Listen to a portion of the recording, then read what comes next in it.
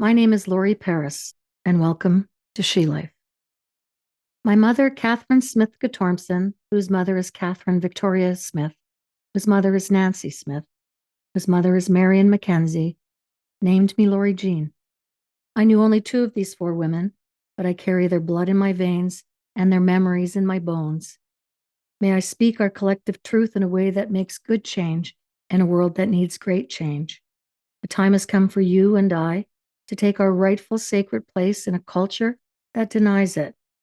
This is my story and journey to uncover the truth that supports my right to do just that, no matter the cost.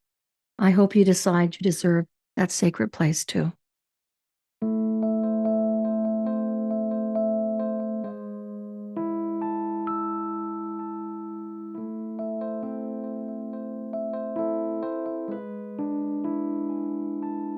Episode 1, Catholic Girl.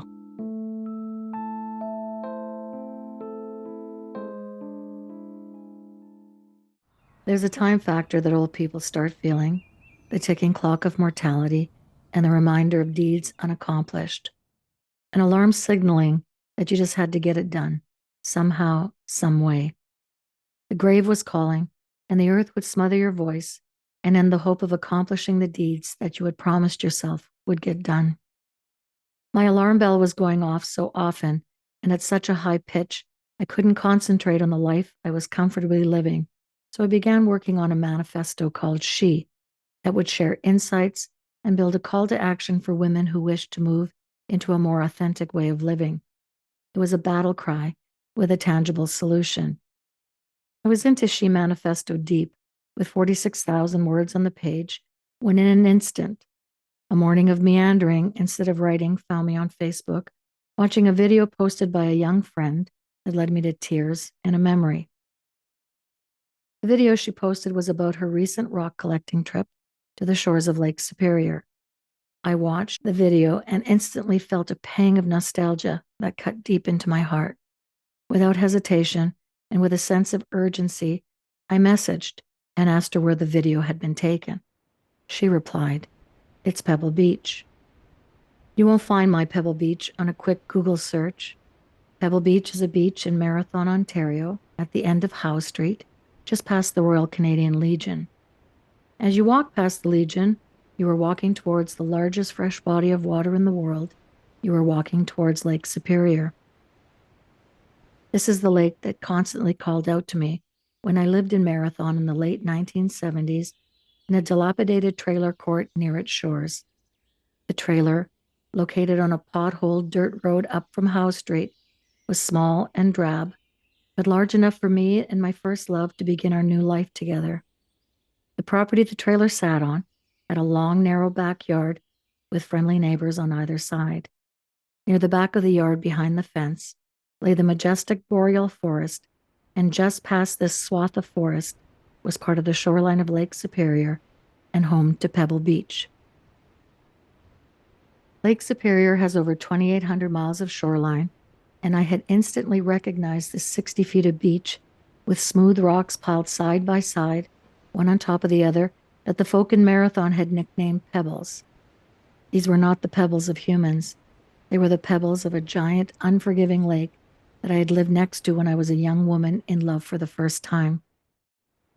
It was a short walk to Pebble Beach, a stunningly beautiful piece of shoreline, where on November 10th, 1975, I stood alongside an awestruck community as we watched a bitter storm rage upon her waters.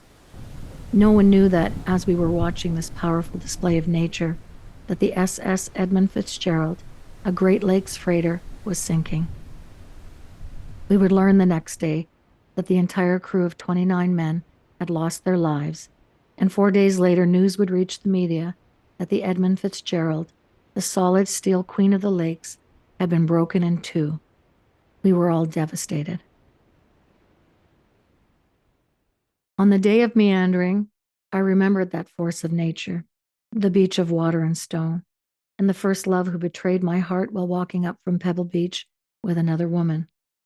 Unlike the queen who still lays broken in the deep, I lived on, and the two pieces of my broken heart mended, just like it did before, because this wasn't my first heartbreak. That was done by the Roman Catholic Church at the tender age of 8. Yes, I was a girl who was raised to love Jesus, a girl who wore a white lace dress and veil and participated in a ritual of the Roman Catholic Church to receive the sacrament of the Eucharist, the eating of Christ's body, and the drinking of his blood at 7 years old. I don't think I truly understood what I was participating in, but my mother allowed it, and I trusted my mother, who was trained to trust the priest, the representative of Jesus on earth. The preparation for this ritual was intense, and I remember being overwhelmed with everything that had to be memorized in order to be able to put on that white dress and be accepted into the flock. But I did it because I loved Jesus with all my heart, and I was going to succeed in reaching the altar where he was waiting to receive me. I was completely unaware that 2 life-altering events would happen to me within the following year. First, I would be humiliated into putting a piece of tissue on my head to be able to walk into a large downtown Winnipeg cathedral to attend a special mass. In 1964, women had to cover their head when approaching the table of the Lord. Second, my mother would be faced with possible excommunication from the church for wanting to leave my alcoholic father and seek a divorce to provide a better life for her children. These 2 events would, with stunning clarity, convince me that I did not belong with my head bent in front of men who dressed in black robes. I was too young to know everything that the Roman Catholic Church had done in order to become the powerful corporation that it is today, but I would eventually start a quest to recover my faith and find out that the Holy Roman Church was not as holy as many believe it to be. The journey I took physically, emotionally, and spiritually to decipher the dream of the woman crucified and the dream of the bare-chested woman who fell to earth after repeatedly hitting the steel anvil to tell me that Earth was an experiment gone wrong was complicated to say the least, and putting the pieces of this puzzle together, a tremendous effort. I have shared these 2 dreams in the previous introductory episode of this podcast. If you're not familiar yet with these stories, they'll be important for context. I am not a scholar. I'm an entrepreneur with a spiritual life that has spurred me to chase the elusive goal of finding out if God exists, and if so, who or what is God. I've struggled to convince myself that anyone would be interested in what I've discovered, as the search took me on a journey that just got more bizarre and complicated as I delved into it. I was led to a mystery in France that had me facing the devil in my dreams, that led to a story about a defrocked priest, a world-famous opera singer, a queen in her skull, a stone, a talisman with the power to communicate with other worlds, the possibility that the sacrament of the Eucharist may have been a psychedelic ritual, and the hijacking of truth in one of the most popular religions in the world. I discovered that the original story of creation and the books of the New Testament had been hidden or rewritten, and I learned that women had been usurped of their sacred role in these books and have never been able to gain their footing since. My time is running out to accomplish this deed of sharing my story, and it will take a gargantuan effort as I continue to earn an income, stay connected and committed to my community, family, and friends. I will do my best to share what I came to understand. I will share my research, the books, articles, and editorials I have read, the names of scholars and respected individuals who I have depended on to substantiate the claims I make. I will share dreams that have led me to people, places, and things that help me understand our plight as women on this planet and how to move forward to make the changes needed to end that plight.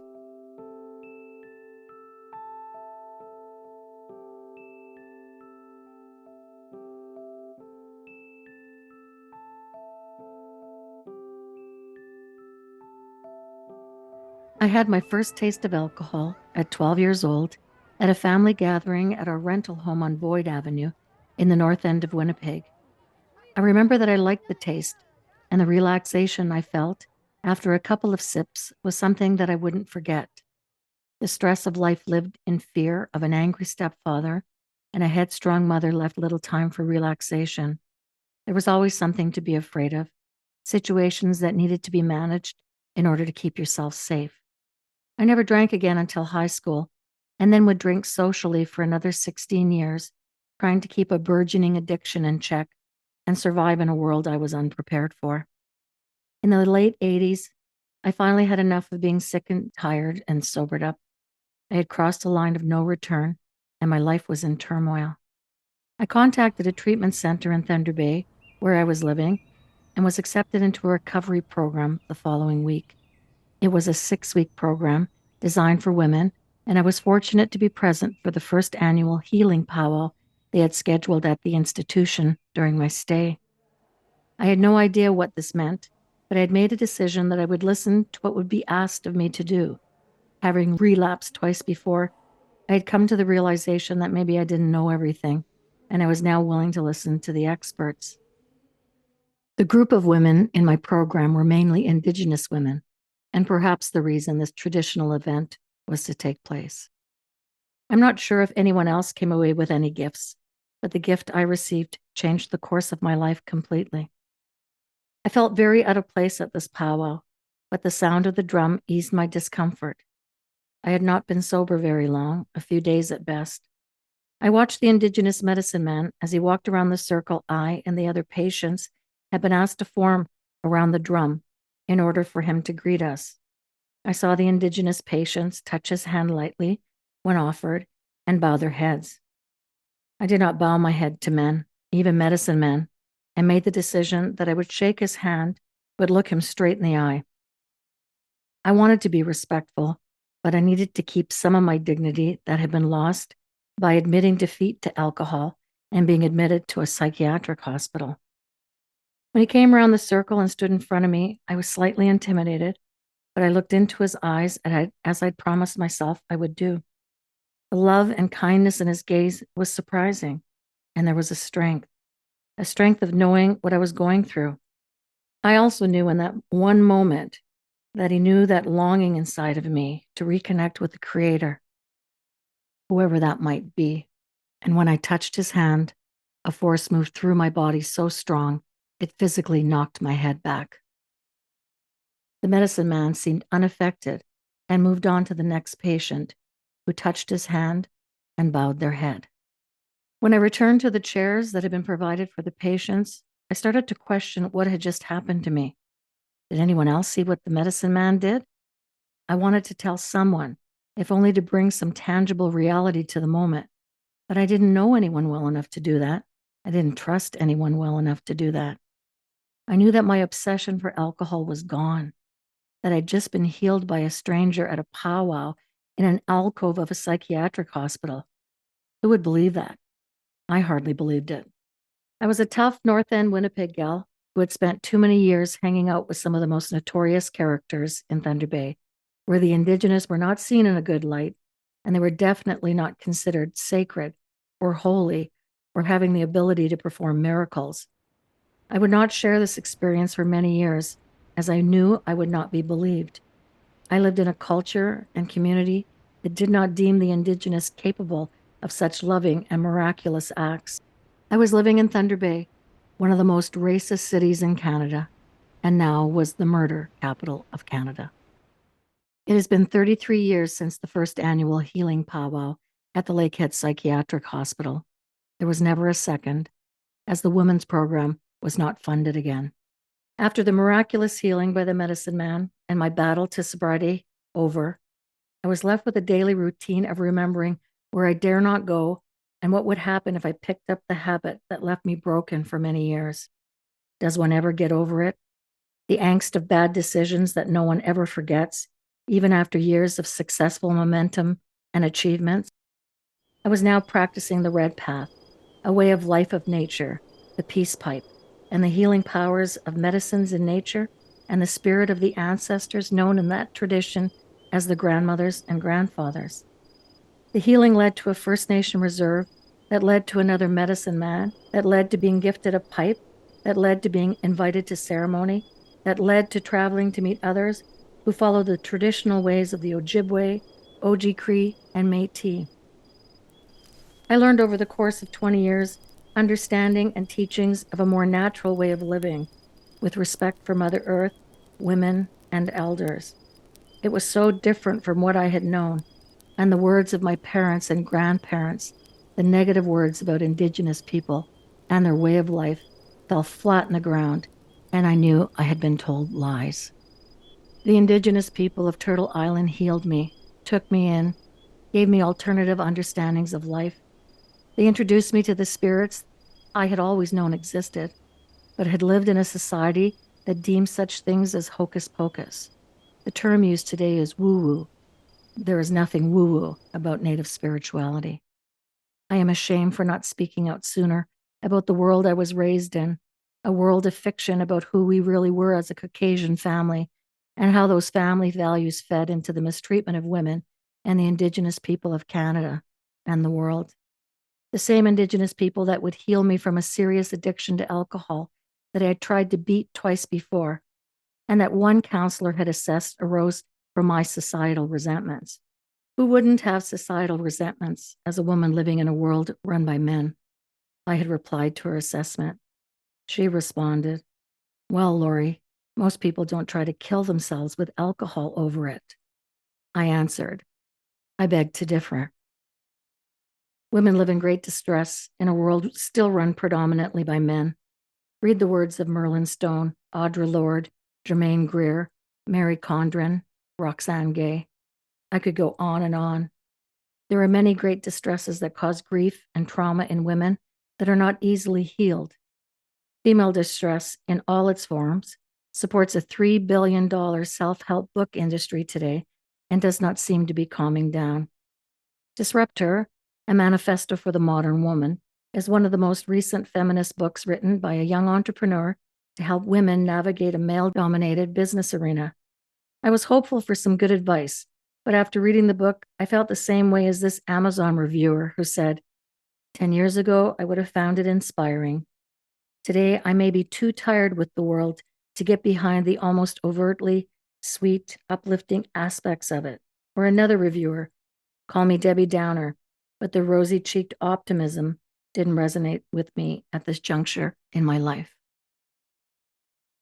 The book did not dive deep enough for those women, because women are tired and are not just looking for a way to maneuver or survive in the patriarchy. They want the patriarchy gone, and they want to know how to get it gone. That's what my journey has been about, and I've tried to identify what went wrong, who is participating in keeping it wrong, and how do we truly disrupt the equation that keeps women and the Indigenous in jeopardy and distress. It was a wild ride, to say the least, and I believe that when women are well, the world will be well. Let's find our wellness and natural gifts together. Let's discover, acknowledge, share, and practice all of who we really are as women, not just the parts the church and an established culture and community tell us we can. Let us break free once and for all to be the dreamers, healers, and leaders we were born to be.